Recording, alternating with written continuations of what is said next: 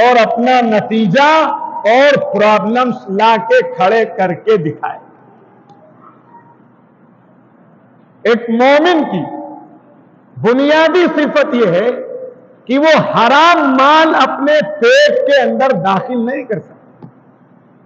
آپ سماج کا جائزہ لیجئے، دین سے دوری، اللہ کے احکامات سے دوری، قرآن سے دوری، شریعت سے دوری اتنی زیادہ ہو گئی کہ آج کا مسلمان یہ سودی لین دین کر رہا ہے.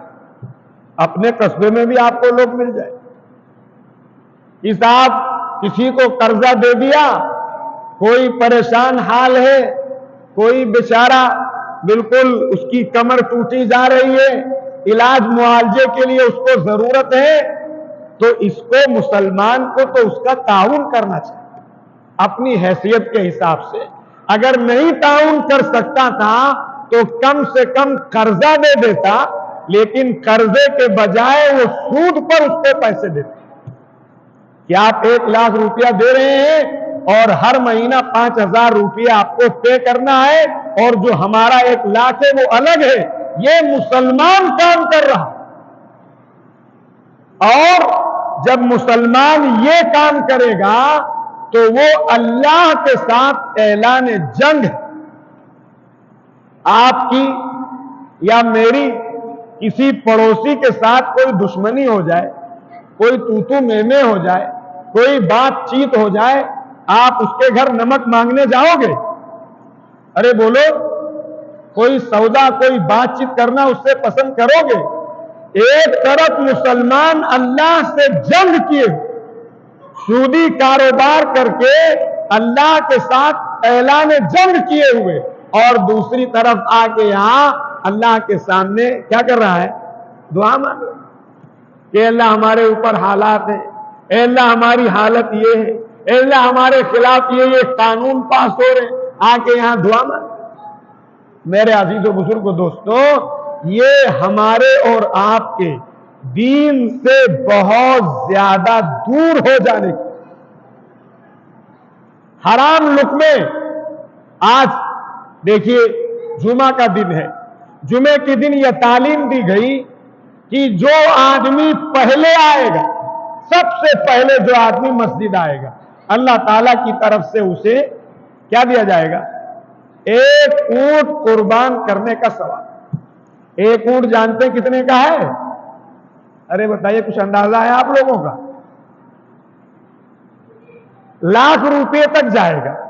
80,000 90,000 لاکھ روپے تک جائے گا.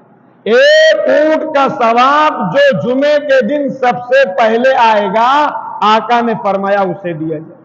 اس کے بعد پھر اور اسٹیجز بیان کیے اور فرمایا آخر میں جو لوگ آتے رہیں گے ان کو 1 انڈے کا ثواب دیا. اور جب خطبہ شروع ہوگا تو رجسٹر بند کر دیا جائے گا، پھر وہ دروازہ بند. کیا حال ہے مسجد؟ جمعے کا دن ہے، آدمی مسجد آنے کی فکر کرے، قرآن کی تلاوت کرے، درود پاک کا اہتمام کرے، تسبیح پڑھے، دعا مانگے، لیکن ایک بڑا طبقہ ایسا ہے جو خطبے کے ٹائم پہ مسجد آنے کو پسند کرے، اور وہ بھی بھاگا تیہا آئے گا، اور جیسے ہی سلام پھرے گا اور دعا ہوگی ایسے سرپٹ بھاگے گا کہ اتنے زیادہ ایسا لگتا ہے کہ اس کا یہاں کوئی دم جو ہے وہ نکال لے، اس کی سانس رک جائے گی، اس کا دم گھٹ جائے گا، وہ مر جائے گا. یہ حال ہماری مسجد سے ہے. ریزن کیا ہے؟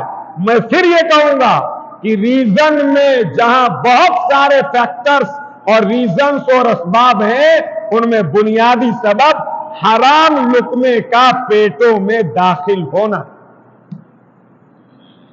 حرام لقموں کا پیٹوں میں داخل.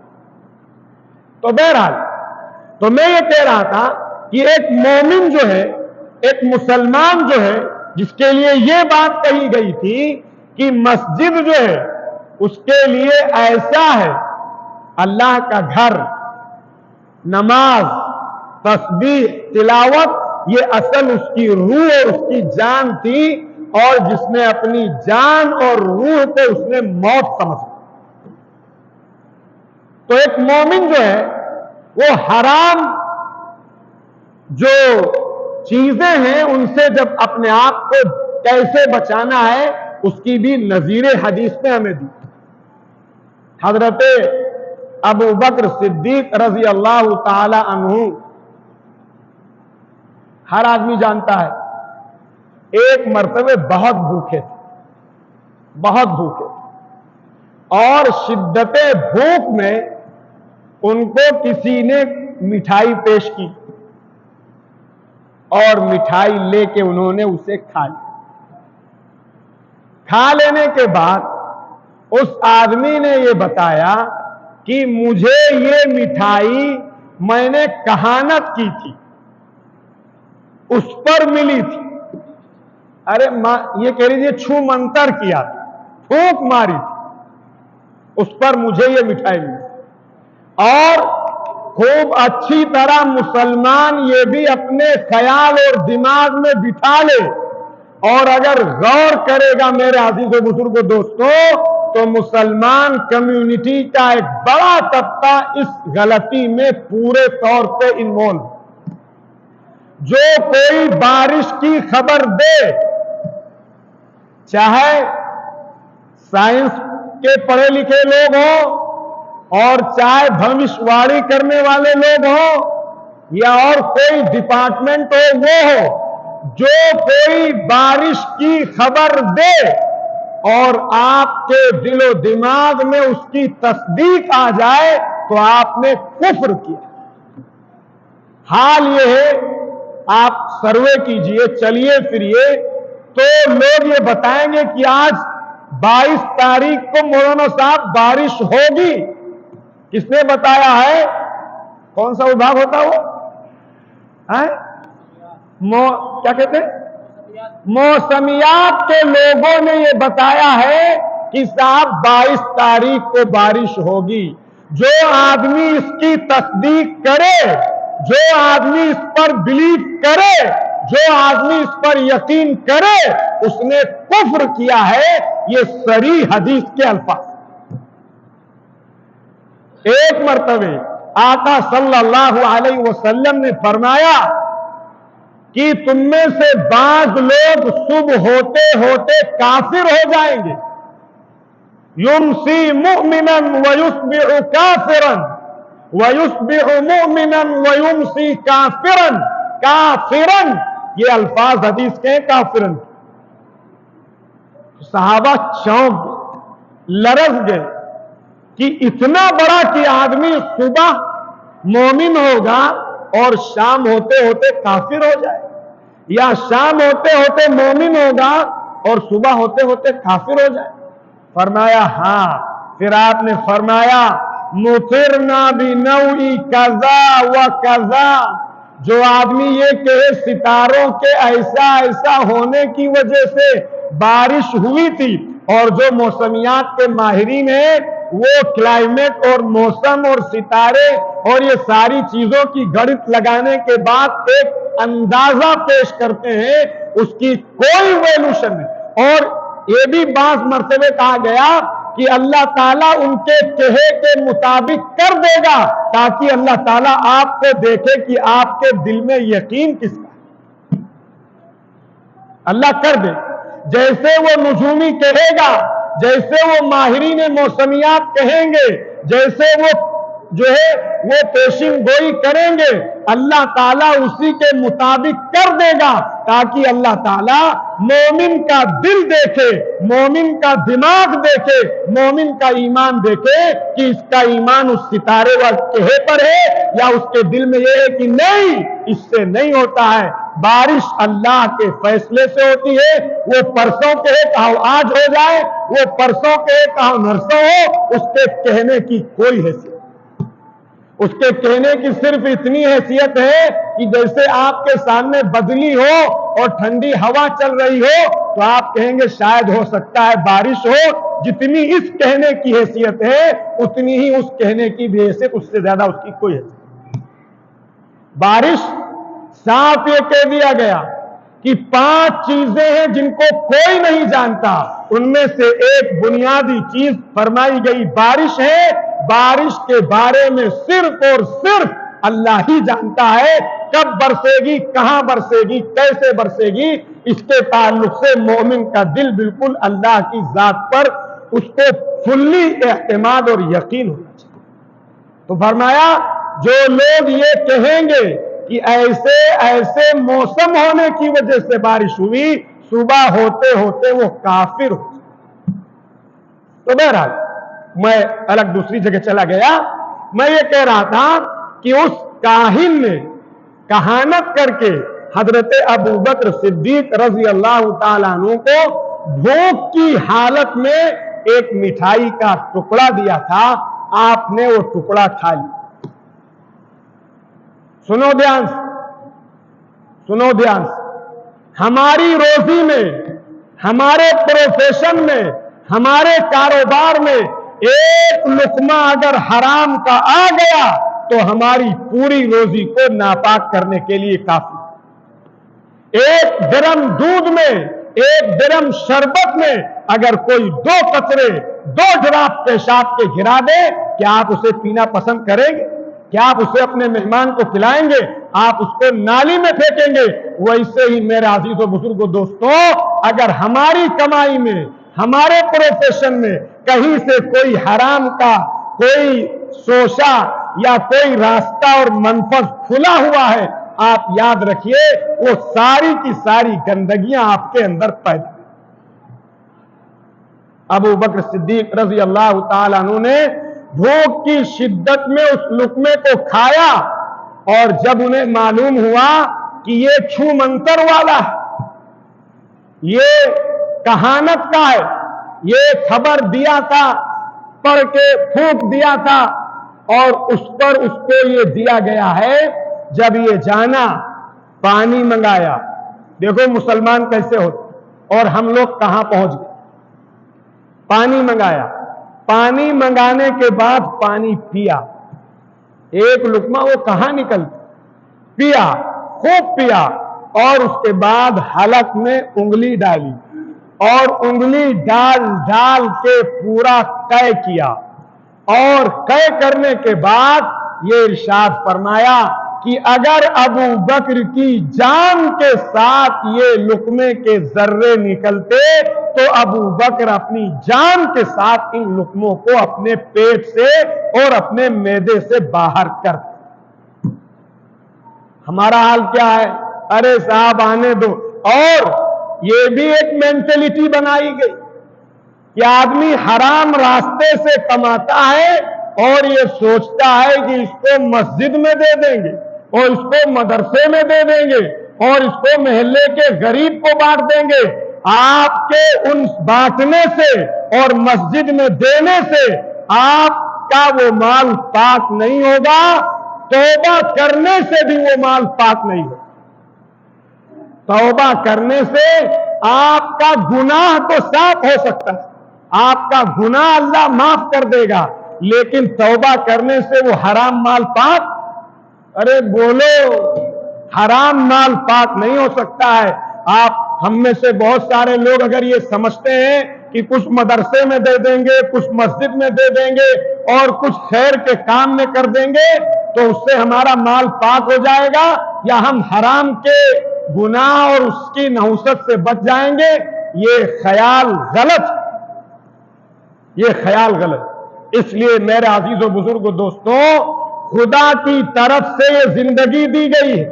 اگر آپ کو سکون چاہیے، اگر آپ کو اطمینان چاہیے، اگر آپ کو برکت چاہیے، اگر آپ کو عزت چاہیے، اور اگر آپ چاہتے ہیں کہ آپ کی اولاد تابعدار ہو، آپ کی اولاد فرما بردار ہو، آپ کی اولاد میں اچھی کوالٹیز ہوں، آپ کی اولاد جو ہے وہ ایک چمکتے ہوئے ستارے کی طرح اور آپ کی آنکھوں کی ٹھنڈک کا سامان بنے، تو اس کے لیے سب سے پہلے آپ کو اپنا خون پاک کرنا پڑے اور اپنے فیملی کے لقموں کو پاک کرنا پڑے گا۔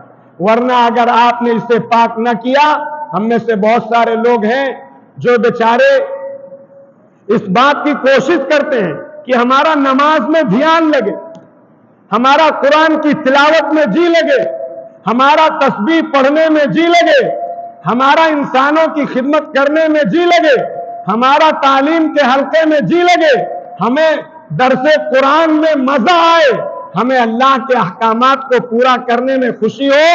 وہ سارے لوگ یہ چاہتے۔ ارے کوئی آدمی ہے اس میں جو نہ چاہتا ہو؟ یہ سب لوگ چاہتے ہیں نا، سب لوگ یہ چاہتے ہیں، لیکن ہوتا اس لیے نہیں ہے کہ ہمارا جو پیٹ ہے اس میں غلط لقمے داخل ہو۔ خون حرام کا ہوگا، آپ سمجھیں کہ اس سے اچھی چیزیں پیدا ہو، ایسا نہیں ہو سکتا۔ خون حرام مال کا ہوگا، اچھے خیالات پیدا ہو، ایسا نہیں ہو سکتا ہے۔ خون حرام کا ہوگا، اچھی کوالٹیز ڈیولپ کرے، ایسا نہیں ہو سکتا ہے۔ اس لیے میرے عزیز و بزرگوں دوستوں، میں نے بتایا بہت سارے جھگڑے، بہت ساری لڑائیاں، بہت سارے آپس کے انتشار اور آپس میں زندگی کا اجیرن بننا، اس میں آدمی سمجھتا ہے کہ دوسری چیزیں ہیں، دوسرے فیکٹرز ہیں، دوسرے ریزنز ہیں، لیکن ان میں ایک بہت بڑا سبب، ایک بہت بنیادی چیز، ایک بہت اہم چیز حرام مال کا پیٹ میں داخل ہو۔ لوگ اپنی معاشرت یعنی گھریلو زندگی، بیوی، بچے، ابا، اماں، خاندان، رشتہ دار، اپنی معاشرت کو دیکھ رہے ہیں کہ معاشرت بالکل تتر بتر ہو چکی، ٹوٹ چکی ہے، انتشار کا بھی پورے طور پر شکار ہے کہ آدمی ذرا ذرا سی بات پہ مردر کرنے کے لیے تیار، خون بہانے کے لیے تیار ہے۔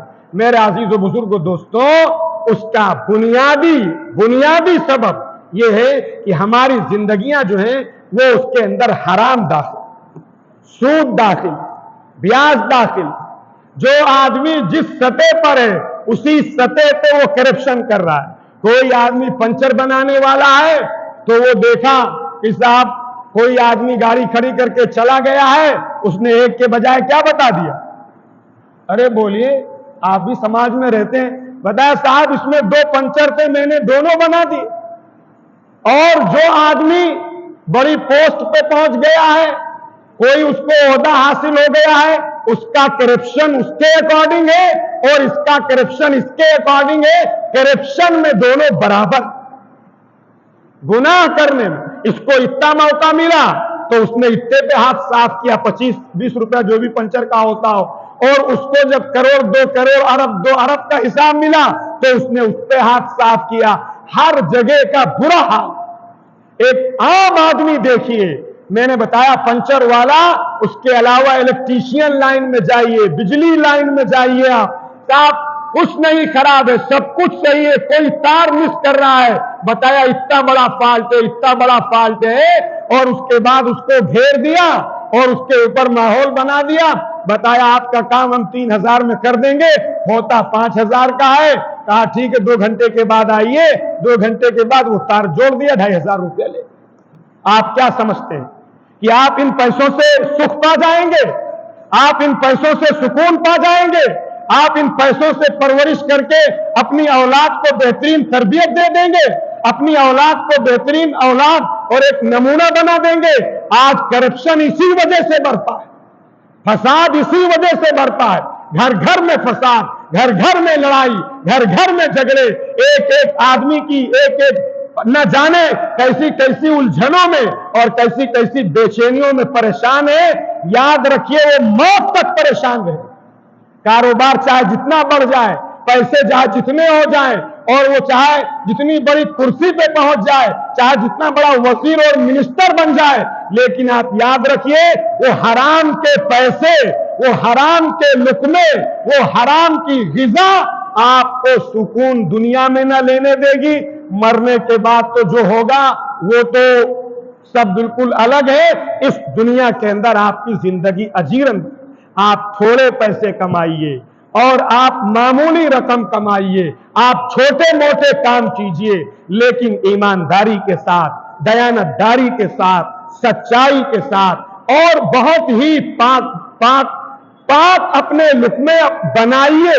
جب آپ یہ کریں گے تھوڑے پیسوں میں اللہ وہ سکون دے گا، وہ برکت دے گا، وہ عزت دے گا، وہ اطمینان دے گا جو ارب پتی کو بھی نصیب نہیں ہوگا۔ آپ کر کے دیکھیے۔ اور میرے عزیز و بزرگوں دوستوں، اسی لیے قرآن میں اللہ نے فرمایا وَلَا تَأْكُلُوا أَمْوَالَكُمْ بَيْنَكُمْ بِالْبَاطِلِ، غلط طریقے سے، باطل کے لفظ میں بہت عموم ہے، غلط طریقے سے تم مال مت کھاؤ، مال مت کھاؤ۔ اور دوسری جگہ فرمایا یا ایھا الرسول، اے رسولو کلوا من الطیبات، پاکیزہ کھاؤ گے تو نیک عمل کی توفیق ہوگی۔ اللہ تعالی ہم سب کو پاکیزہ غذا اختیار کرنے کی توفیق عطا فرمائے۔ اور